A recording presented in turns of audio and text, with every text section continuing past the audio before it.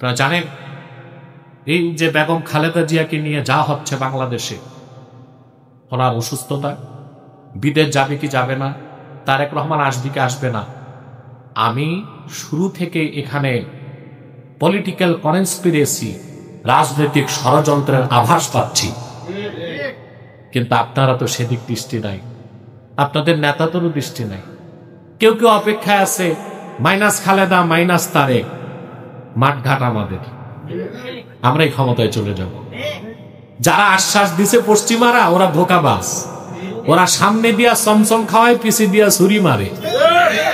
অবস্থা যে হবে মিশরের মুরসির মতো সেই খবর নাই, সব কিছু আদায় টাদাই করে ফাঁসিতে লটকায় দিবে, ফাঁসিতে জুল। এগুলো বুঝতে হবে আমাদেরকে। অনেকে বলে আমরা রাজনীতি করি না, আমরা রাজনীতি করি না, রাজনীতি চর্চা করি। কারণ আমি আমার কমকে তো বাদ দিতে পারি না, পারি? জাতিকে বাদ দিতে পারি? বাদ দিতে পারতাম বহু আগে বাংলাদেশ ছেড়ে ভাগতাম, পালাইতাম। কিন্তু দায়বদ্ধতা আছে আমাদের, আমাদের দায়বদ্ধতা আছে এই জাতির প্রতি, সেজন্য আমরা পালাতে পারি না। কথা বুঝেন নাই? ভাবসাব কি একটা, সবাই ক্ষমতায় যাচ্ছে, সবাই, প্রত্যেক দলের নেতা স্বপ্ন দেখতেছে আগামীর প্রধানমন্ত্রী।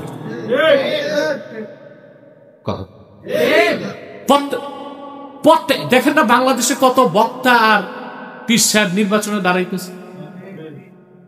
হ্যাঁ, জনগণ যা দেখে মনে করে সবই আমার ভোটার, কিন্তু ভোটের পর দেখা যায় জামানত নাই, পাশের আগেই বাস।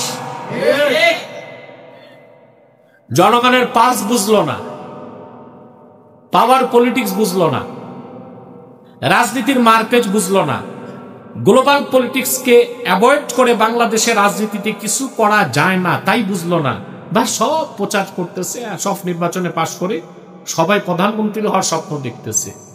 ফাঁকি দিয়া দেশটাই যায় কিনা এই তো ভয় লাগে আমার। কথা বলে